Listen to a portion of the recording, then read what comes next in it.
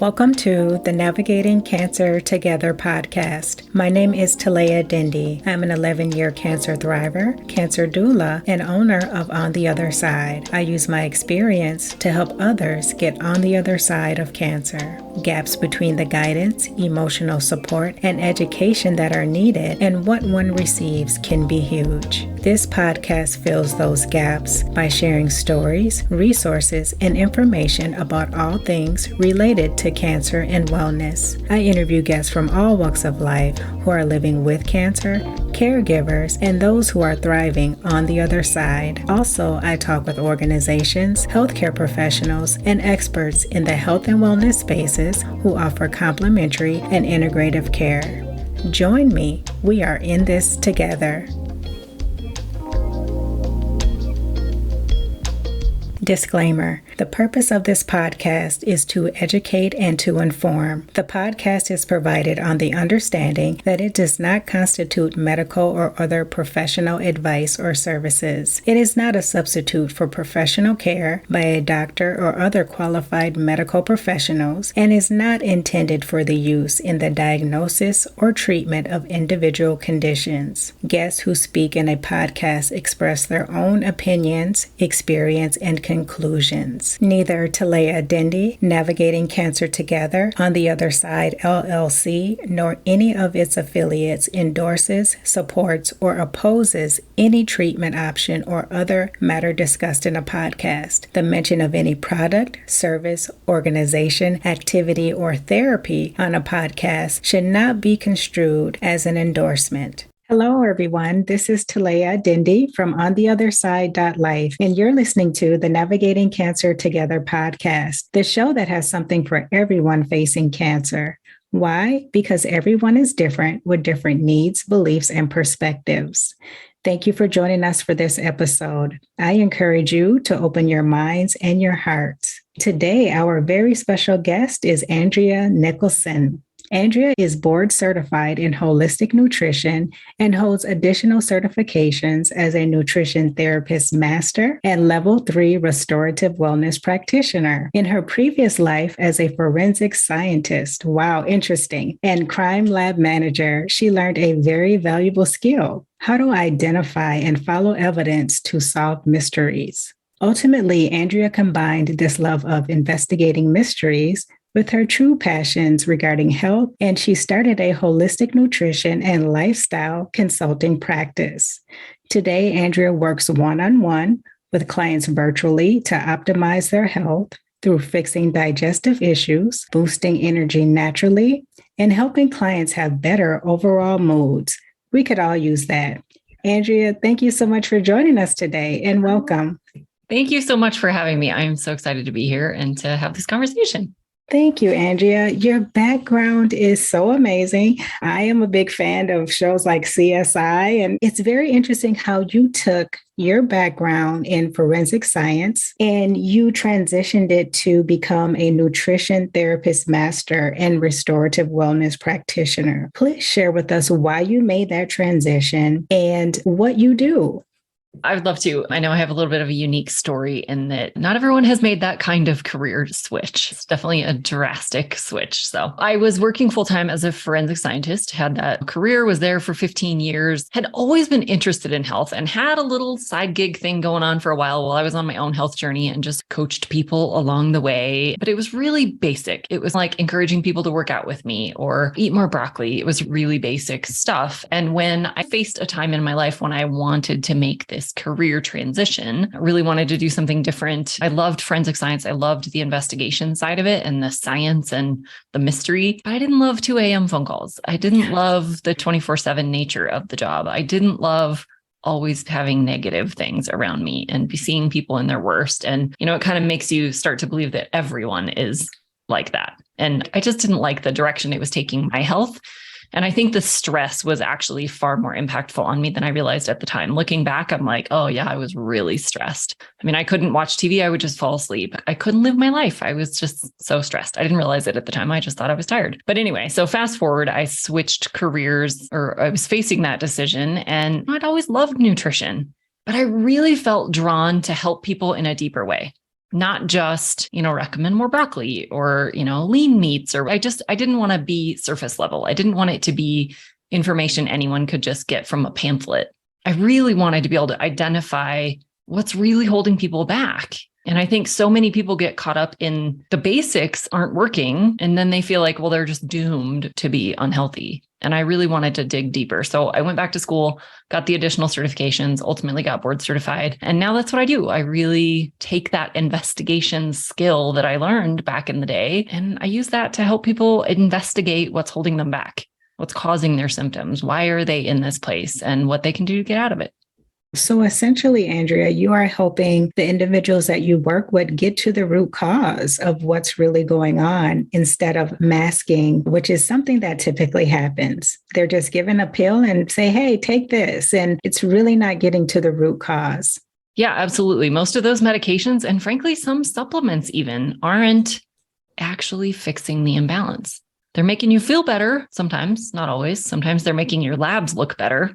They're not actually making you feel better. I really wanted to get to what's the underlying imbalance? What's actually going wrong in your body? And let's see if we can fix that. Then you won't need a long-term pill or potion to fix it. And hopefully you can avoid surgeries or other declines in your health. Andrea, when you are working with someone, what does that investigation look like? What is your process? I generally start with a really in-depth look at the person. What drives you? What motivates you? What do you like? What do you dislike? What have you already tried? Really kind of gathering all of that subjective data, the way you feel, the way you describe your story, what you want. What is the vision for your health? Because I can want things all day long. You have to really want it as the client, or it doesn't really matter. So I really want to dig into what drives you, what motivates you, what will be different about your life. So I can really understand that motivation behind what you're trying to solve. We pair that then with the objective data that we gather from functional tests. Sometimes we use technologies. It might be something like a continuous glucose monitor or a blood glucose meter that you can use at home. Those kinds of technologies. There's also Oura rings and Whoop bands and Apple Watches and Garmins and Fitbits and just all the technology that we have available today. We take all this objective data that's available to us, and that looks a little different for each client. And then using all of that subjective and objective data, it can really help us inform what the recommendations should be. Maybe we end up with some kind of infection, like a gut health infection. You have bacterial overgrowth, or you have a yeast overgrowth or something like that. Then we can really specifically hone in on that underlying imbalance and try to fix it. So really, it's looking at the comprehensive view of the client, what drives them, what motivates them, and what their test results or technologies show, and then really customizing a plan to get them to that ultimate outcome as quickly as possible. Thank you for explaining that, Andrea. I know that you help people with like their metabolism and things like that. Please tell us what metabolic disorders are and why cancer is considered a metabolic disorder. This is somewhat new topic to the overall health industry. It's been known for a long time, but it hasn't been a commonly talked about thing.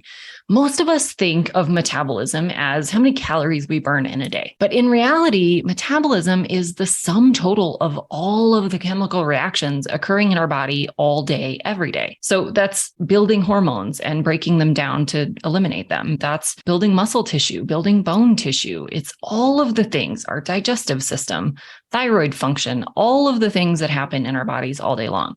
And if any one little aspect of that is out of balance, then it skews other systems. We don't just live in, we're not like a car. We can't just replace the carburetor. That's just not how it works. We're a complex ecosystem. It's more like a spider web.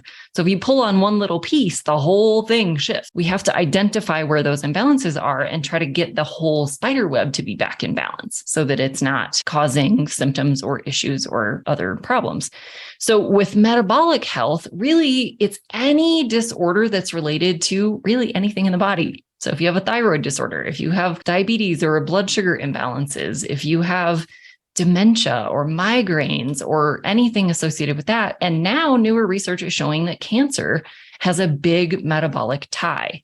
Of course, there's also toxins and other things that can contribute to cancer. We know smoking is a major cause of cancer, those kinds of things. But even within that, the toxins are affecting the metabolic function of your cells. So even when it's something like smoking, it has a metabolic component. But a lot of cancers are just driven by the fuels that the cells are using. So a lot of cancers can only use glucose for energy. And they use it really well. They suck it all up from the surrounding tissues and use it all. That's the theory behind PET scans that are commonly used in cancer screenings. They use radioactively labeled sugar, and wherever that sugar is being taken up the most, that's cancer. So that tells us right away that this does have a metabolic function, because that's how they use it to diagnose some cancers when they're doing PET scans. So if we can fix this metabolic dysfunction, we can at least help your body be in a better shape to fight the cancer, if not actually starving out the cancer itself. It's a complicated process, but that's how cancer is metabolically related.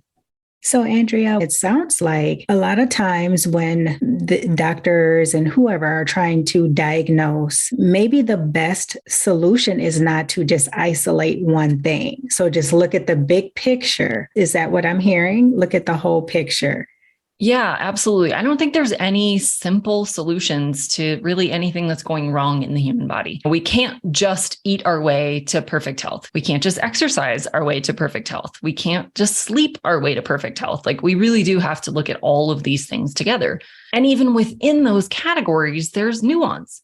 So one diet doesn't work for all situations. Some people really need to be on an ultra low calorie diet for various reasons. Some people need to be on an ultra low carbohydrate diet. Some conditions require low protein. There's different things within each one of those major categories that we have to take into account for you and what you are going through. So it really does need to be a holistic approach. We have to look at diet and exercise and overall lifestyle and sleep and stress and toxins and joy. Are you doing things that bring you joy? Are you doing things that actually make you happy? Are you taking care of yourself in that way? Have you dealt with past traumas? That's a big one that a lot of people don't think about. But if you have a traumatic experience that you've lived through in your past, or something you witnessed as a child, or anything in the past that you haven't fully dealt with, a lot of research has shown that can be the driving thing behind a lot of these disorders. There's so many chemical reactions that occur simply based on our thoughts, even the unconscious or subconscious thoughts that we're not aware of. So if you have those things in your past that you haven't dealt with, I highly encourage you to deal with them. Even if they don't seem like things that actively bother you, I would say deal with them, because that might be the key to fixing your health. Great advice. Thank you, Andrea. The other topic I want to talk about is gut health. It's a common topic of discussion these days, Andrea. What goes into gut health? What does that entail? And is there a connection to cancer? Yeah, there's a huge connection to cancer. And actually, way back in the day, Hippocrates talked about the gut health being the root of all disease. And I really do think that's true. This is why this is the number one healing priority that I focus on in my practice, regardless of what symptom or condition you're dealing with, whether it's cancer or diabetes, doesn't really matter. Gut health is key. And the reason being, number one, it's the first site that a lot of times we pick up infections. It's a direct source from the outside. It also plays a huge role in whether or not we have the proper building blocks. Do we have the proper amino acids, the proper carbohydrates? Do we have the proper fatty acids? Are we bringing in unhealthy sources of those? So that gives us the building blocks that we need to make muscle, to make bone, to build hormones, to make enzymes, to do all of these cellular processes. If we don't have adequate digestion, we don't have those building blocks. They come in and they go right out. And then our systems suffer for that. And the third way that this is directly related is this is also where we detox a lot of toxins. If we can't properly eliminate toxins that have accumulated in the body, then they can recirculate and they can continue to cause harm and they can accumulate. They just compound on each other if they can't be eliminated. And in order to do that process properly, we need adequate nutrition, because the actual detox process takes nutrients. We have to be able to tag these toxins with specific compounds to make them water soluble so that they can travel through the body and exit out of the body. If we don't have those components that we need to tag the toxins with, they don't get tagged. If they don't get tagged, they can't get eliminated. And then we need the actual physical process of eliminating it. And we do that elimination a lot through our stool and our urine. So if we don't have proper gut health, which requires the right kinds and the right amounts of bacteria, not having pathogens, not having parasites and all of these things that steal nutrients and interfere with the process. And then we also need like the systems themselves to be working. We need the muscle contractions. We need all of the physical things that occur to physically push the things out of the body. So it really is foundational to everything in the body. And a last little tip is a lot of our microbes actually make vitamins, hormones. They make some of these compounds that we need for proper function, and they do a lot of signaling of our immune system as well. So when you don't have the proper microbes, that signaling doesn't occur and that nutrient synthesis doesn't occur. Thank you, Andrea. One thing that I know, being a cancer survivor and having gone through cancer treatment myself, I know how important it is to detoxify or get those chemicals out of your system. How can focusing on gut health during cancer treatment make a difference? I think it really can optimize all of those processes. So it can make sure that you do have all of those building blocks, because conventional cancer treatments, while they can be very effective, are damaging. So we have extra things that we need to be able to repair. So we need to be able to build new tissues. We need to build new bones and all the things that get damaged in the process. So again, you need all those building blocks, but the cancer treatments also somewhat damage the gut lining. And so that makes absorption that much more difficult. And if you're not absorbing those nutrients, there you are missing those building blocks again. And then same thing with the elimination. If we don't have the nutrients that we need to be able to properly eliminate those toxins, then those toxins will linger and continue to cause damage in the body. So when we're going through, whether it's a natural process or a conventional cancer treatment, really focusing on solidifying your gut's health and integrity can help to mitigate some of that damage that the treatments can cause and that the cancer alone is causing. So I think it just puts your body in the best possible state to stave off damage and to repair as quickly as possible. Andrea, what are a couple of things that people can do to start to improve their gut health, especially when they're going through cancer treatment and they don't feel like eating or anything like that? How do you repair your gut then? Yeah, it can be really difficult. And I know loss of appetite is a big problem when undergoing the cancer treatment. And that's really tough because when you're not feeling well, the last thing you want to do is eat. You're nauseous and feeling like the last thing you want to do is add to that fuel. So I get that. And give yourself grace to begin with. Know that this is a process and it's a difficult journey. So don't add stress to the situation. Give yourself grace. Do what you have to do. Really listen to what your body is telling you. If your body is telling you right now, absolutely don't eat anything, then I would say, listen, don't eat anything. I know one of the major concerns that they're always worried about in cancer is losing too much weight. Yes. And the major fear there is losing muscle and losing lean tissue. Not so much weight. Like we can all lose fat and not become unhealthy with that. But when you start losing muscle and bone and organ tissue and the good vital tissue that we need, that's obviously a problem. So I would say as much as you possibly can in any form that you can, really prioritize getting proteins because those are the bulk of what you really need for all of those building blocks. You really need those core amino acids to keep up with muscle building and tissue building and all of those things. Fatty acids would also be a high priority in there because you need the fats for hormone building, for all of your cell walls. Every cell in your body is surrounded by fat. If you're not consuming adequate fat or if you're not digesting that well, then, that could lead to deficiencies in those ways and make your cells not work as well. And then lastly, I would just say, really, it depends on what treatment you're undergoing. So we have to work with your doctor and find out for sure what limitations you have. There might be some digestive supports that could help reduce some of those symptoms. So for some people undergoing the treatment, they might not be digesting fatty acids very well. There's particular supplements that you can take that can help that process. So they make the fats a little easier to absorb. So there's things like that that can be really helpful depending on what medication you're on. Obviously, we want to make sure there's no interactions and no problems by combining, but there's things like that that can be really helpful. Digestive bitters can be helpful. In some cases, fermented foods or like apple cider vinegar can be helpful. It just really depends on the client and if they're in that nauseous state, like what they can tolerate, those kinds of things. So we just have to really strategize how to get the most nutrition in you and give you all the building blocks that you need to repair. So a lot of times that ends up being a lot more liquids. So things like bone broth or protein shakes, those kinds of things can be really helpful. I generally recommend steering away from anything sugary. So I generally don't go for things like milkshakes. I know a lot of doctors will say, eat anything you can, just keep on the calories. But if you're adding sugar by the large doses, you're fueling the cancer. Because we talked about at the beginning how much cancer loves sugar.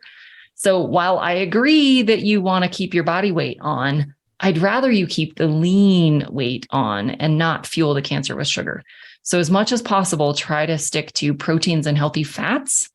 And even if that's shakes and broths and those kinds of things, I think that's going to be much better for your system. And oddly enough, there's a lot of research on fasting and how tremendously beneficial fasting can be to actually save your lean tissue. It sounds so counterintuitive that not eating can actually help you save bone and muscle, but it does. It activates all these survival things in your body that protect your lean tissue, and it forces the body fat to be burned first. So then you don't turn to burning lean tissue until you've run out of body fat. So that can be a really big strategy for some people. And it doesn't have to be like you never eat again. It's not that kind of fasting, but it can be maybe you only eat once a day, or maybe fast every other day, or there's a bunch of different strategies that can be done. But as weird as it sounds, there's a lot of research in the power of fasting for healing. Andrea, I had started doing some research on intermittent fasting, and one of the benefits that I read was that it helps your body to really reset, helps your body reset. And then also, if I'm not mistaken, it was saying something about it helps your body to heal when you go into that mode. And like you said, it's not something that you do for days on end, but I heard that it is beneficial for a number of things. Yeah, it really is. It does help reset your immune system. It gives your body a break so it can focus on repairing. The body is so complex, but it, in a lot of ways, can only do one thing at a time. So if it's busy digesting, then it can't also be busy repairing and rebuilding. And so we're in this feeding or fasting mode. And when we're in the fasting mode, that's when all of our systems can clean out the junk, recycle stuff, rebuild stuff. And that can actually really repair and rejuvenate your tissues and your systems so that you're in a better place to fight off the cancer naturally. Andrea, I have to go back to sugar and glucose. You've mentioned it twice, and that is something that I definitely want to talk about in a little more detail because I have heard that it's bad. Some say that it's good, but in the form of fruits. So I just want to get a little more clarity for the audience as well as myself. Can you talk to us about the impact of elevated or uncontrolled blood sugars on cancer and how consuming too much sugar impacts that? Yeah, blood sugar really is, it's kind of like gut health. It is a foundational piece. When our blood sugars are too high and our bodies aren't able to compensate for that, you end up with higher levels of insulin. Insulin is a growth hormone, which is now being found to be a growth stimulator for cancer. So there's one major reason why you don't want to have uncontrolled or high blood sugars, because then you have high insulin, which can fuel cancer growth. So that's one major thing. We also know sugar directly feeds cancer cells in a lot of cases. So we definitely don't want to be just adding fuel to the fire. But I do think there is a major difference between candy or sweets, those kinds of refined sugars, and fruit. Now, I will say that you can still overdo it on natural things. If you're eating fruit 6 or 7 or 8 times a day, or starchy vegetables, like potatoes, corn, those kinds of things that have the higher sugar content, you're potentially still putting your body in that same state because all of those carbohydrates still get broken down into glucose. So if you're eating a lot of those things, you're still adding a lot of sugar to your system. Now, sure, it's coming in a slower form because it also has fiber and it's in its natural form. So it's got all the vitamins and minerals and cofactors. And that's why I would say it's better. I would much rather you eat fruit than ice cream or candy. But if you're eating too much fruit, you're still getting a big sugar rush. A lot of people don't realize that most of the fruit that we eat today is not really what we would have eaten 100 years ago. The fruit of today, some of it's genetically modified, but a lot of it's just been bred to be larger, to be sweeter, to be different. So it's not the same fruit as it was 100 years ago. And we wouldn't have all had access to all of this fruit 100 years ago. If you didn't live in Hawaii, you probably were not eating pineapple. These are the things that we really do have to think about. We have access to foods that we wouldn't have had access to 100 years ago. And we wouldn't have had these foods year round in a lot of places. Anyone that deals with winter knows you're not growing anything in the winter. So you're not going to have fruits. You're not going to have underground veggies. You're not going to have leafy greens. You're probably not really going to have vegetables at all in the winter. 100 years ago when you couldn't travel, you couldn't transport this stuff all over the globe. So I do think that as a society, as a culture, really as a world today, because of all of this transportation, we're all consuming too much. Even the people who are like, but I don't eat sweets, I don't eat candy, I don't drink soda. If you really truly took a look at what you're eating, you're probably eating far more carbohydrate in general than you think. So I would say that it's something that, especially when you're undergoing a cancer treatment, cancer diagnosis, the whole cancering process, I would really be extra cautious with the amount of total carbohydrate you're eating. They've shown in some studies that the average person today, this isn't necessarily unique to cancer patients, although it could translate directly to them, that people are eating 250 to 300 grams of carbohydrates a day. On average. Now, that does include the population of people who are eating candy and soda and all of the processed, refined junk. But still, even if you were to take the highest outliers out of that, the average is still going to probably be in the 150 to 200 gram range, even taking out the extreme sugar fiends. So that's still probably way too much, especially if you're undergoing a cancering process. So really being mindful of that. And then within the amount of carbohydrates you're eating, really prioritizing the whole natural forms and the ones that have the lowest glycemic index or yield in them with the highest natural fiber content. So that would be something like a vegetable would be a far better choice than a super sweet fruit like a pineapple. So really prioritizing the non-starchy veggies first, and then starchy veggies, and then fruit would come last. Berries would be the one exception because they're generally pretty low in sugar compared to what you're getting in the overall fruit. And then just be really mindful of portion sizes. Like I said, our fruit, it has been grown to be much larger than it used to be. So what we used to say, have an apple that used to be this little teeny tiny 1-inch thing. Now they're like the huge. Size of a football. You just really have to be aware of how much extra sugar is in that now. And maybe you have one piece of fruit a day instead of 6 or 7, just really being mindful of that. And I would always say prioritize proteins and healthy fats over carbohydrates. Just have the carbohydrates either for the fiber benefit, which there is tremendous benefit in the whole naturally found fiber in fruits and vegetables, over processed foods or refined foods, and then the starchier carbs. Thank you so much, Andrea, for going into such detail, because that is one thing that majority of cancer patients struggle with is nutrition. Now, on the flip side of that, I started thinking about something else. And a lot of times when cancer patients don't want to eat, it has been recommended, and it was recommended for me to drink something like Ensure, Boost, that kind of thing. Where does that come into play? I think the same logic is applying to that advice, which is just you have to get some nutrition somewhere. And I won't disagree with that. If that's all you can stomach, then at least you're getting some nutrition. There is some protein and there are some things in those drinks that will be helpful. A lot of those, though, are really pretty high in sugars, and they have some less than desirable added ingredients, chemicals and preservatives and things like that. I would really say, if possible, it'd be better to stick with a good quality bone broth or make your own protein shakes or any kind of even broth of any kind, even if it's not a bone broth. I think those kinds of things will probably give you better benefit than some of those pre-made products. But in the end, you have to decide if that's the only thing you can get or have access to, or you don't have the capacity to make something, then, you have to do your best. And I think you have to just give yourself grace for that. And that there are far worse things you could add to your body, I think. Yeah. But there's also probably better choices. Thank you, Andrea. I want to shift now from nutrition to more of the technical science side of things. Nutrition's kind of science too. But what is functional lab testing, and would you recommend that? And how is it different from the conventional lab testing? Yeah. So when you hear practitioners talk about functional testing, generally what that is, it's more types of testing that are looking for just overall imbalances in the body. Conventional testing that you would often have done through your conventional medical doctor, blood tests, and those kinds of things that they run, they're looking for something they can diagnose you with.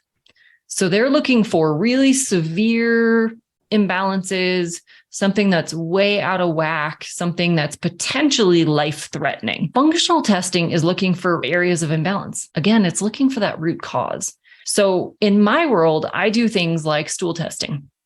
And sure, conventional doctors can do stool testing, but they're generally looking for an acute infection. Like you came back from a trip and now you have chronic diarrhea. They're trying to figure out what that acute problem of the diarrhea is. If that's not you, if you're not in an active gut flare of some sort, their tests often will come back and say they found nothing because they're looking for really high levels of something immediate, apparent. Functional testing is going to show me a whole range of different bacteria, pathogens, parasites, yeast, all kinds of things that are both supposed to be present and that are not supposed to be present or optimally would not be present. And then it's also giving me a list of digestive health markers. So this is not necessarily bacterial specific, but it's how well are you digesting proteins? How well are you digesting fats? Do you have intestinal inflammation? How is your gut immune system functioning? Is it on high alert, like there's an active infection going on somewhere? Or has it been totally depleted because you've been dealing with something chronically? So it gives us a wide range of information of how your digestive system is functioning. And so it's not giving us something that we would diagnose you with, because that's not the purpose of functional testing. The purpose is to identify those root causes and attribute them back to your symptoms so that then we can deal with what are we going to do about this? Because a lot of times things will come back on these tests and this particular bacteria normally correlates with someone who has IBS, but you don't have IBS. So maybe that's not a big deal for you. So we don't always have to address every single thing on the test, but we correlate the two together with your symptoms and what the test results show. And we try to fix those issues. So it's really personalized. There's functional tests in lots of different arenas. So there's stool testing, there's urine testing, there's saliva testing, there's blood tests, there's genetic tests, there's hair tests, there's a whole range of different kinds of tests available. They're really not used for diagnostic purposes. They're used to identify underlying imbalances so that we can bring you back to optimal. The other major difference between functional testing and conventional testing is that conventional testing is really the ranges that they're comparing you to are based off the average population who've also had that test done, which means you're being compared to the average of sick people because the vast majority of super incredibly healthy people aren't undergoing that test. So just by the very nature of how they come up with those reference ranges, they're not trying to bring you back to optimal. They're trying to bring you back to average. I don't know about you. I don't want to be the average of this population. And if you pay attention to the trending in conventional medicine, they're changing the ranges as the population gets sicker and sicker. The ranges are adjusting with the sicker and sicker population. So now the average is getting sicker and sicker that they're trying to bring you to. Those are the major differences between functional and conventional medicine. And we just decide which tests make the most sense based on your condition. You can go down a rabbit hole of testing with this if you're not careful. And you can spend a lot of money that's not necessarily needed in your case. So figuring out which tests really does matter with who you're working with and what you're trying to solve. Very helpful. With all of your knowledge and wisdom, you have a podcast called Holistic Health Bites. Please tell the audience about your podcast and what they can gain from listening. I know they can get a lot because you've shared a lot here. Yeah, it's been fun. I started that podcast earlier this year, and most of the episodes are just me. And the entire theory is that they're bite-sized episodes. So they're just little sound bites talking about one particular topic. It could be a disease process. It could be an imbalance. It could be a test. It could be a case study, whatever. It could be a mindset thing. So it's just me talking about short little snippets of something to enlighten and educate and empower you to make better choices for your health and just know what's possible. Where is it available? Is it on any podcast player? It is on all the major podcast players. So Apple, Google, iHeart, Stitcher, Pandora, all the major ones. And then you can also link to it on my website. How do you work with your clients? For anyone who's interested in learning more, how can they work with you? And please share your website and where they can find you. Absolutely. The best way to find out what it looks like to work with me or see if you and I might be a good fit is to go to my website, which is healthylifewithandrea.com. And if you do a /consultation-request, you can schedule an appointment with me. It's a complimentary consultation where we can just chat about what you're dealing with, what that might look like, how the process works, and we can decide if that's a good fit. So that's the best way to connect with me if you're interested in learning more. I will include that information in the listen notes for anyone who is interested so that you can easily connect with Andrea.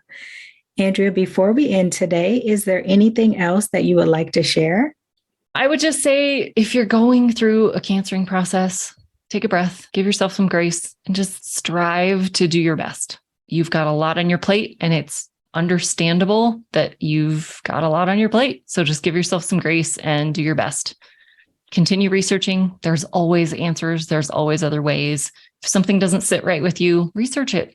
Find out what's really going to work the best for you. Don't just take one doctor's opinion. Thank you, Andrea. I just want to ask one more question. It just popped in my mind, but I think it's important. And it is, what message do you have for people who may be apprehensive because they may have this misconception about the kind of work that you do? What would you like to say to those people? Say that's totally understandable. Generally, people are uncertain about something they've never done before, someone they've never worked with before, or a process they've never gone through before. Those are totally expected. That makes perfect sense that you'd be uneasy about it. So I would say if you really want to know, but you're apprehensive, book a call with whoever it is that you're concerned about. Talk to them. Find out if you're a good fit. Maybe you're not a good fit with that particular practitioner, but you have the same call with another one and you are a perfect fit for them. So just don't be afraid to book that call. None of us are hard pressure salespeople. We're here to truly help you. And so even if you're uncertain, book the call. You can always say, yeah, this isn't for me. Totally fine. No one is going to be offended by that because we're all just here to help you. So I would say book the call and find out. Thank you, Andrea. It was such a pleasure to talk with you today. Thank you for all of the information that you've shared. It's been very helpful, and I appreciate what you're doing. Thank you. Thank you so much for having me. This was a lot of fun, and I just know your audience is learning a ton from your entire podcast. Thank you, Andrea. Before we end today, I would like to give a shout out to the listeners. Thank you so much for joining us. If you have enjoyed this episode, please share, follow, or subscribe so that you can easily find my podcast and listen again. That is it for this Wednesday. And until next time, let's keep navigating cancer together. Take care. Thanks for listening to this episode of Navigating Cancer Together. I hope you enjoyed it. Please be sure to subscribe, and if you enjoyed the show, please share or tell your friends and family about it. For notes from the show and previous episodes, visit ontheotherside.life and check out the podcast section. I would love it if you joined us for the next episode. Talk to you soon.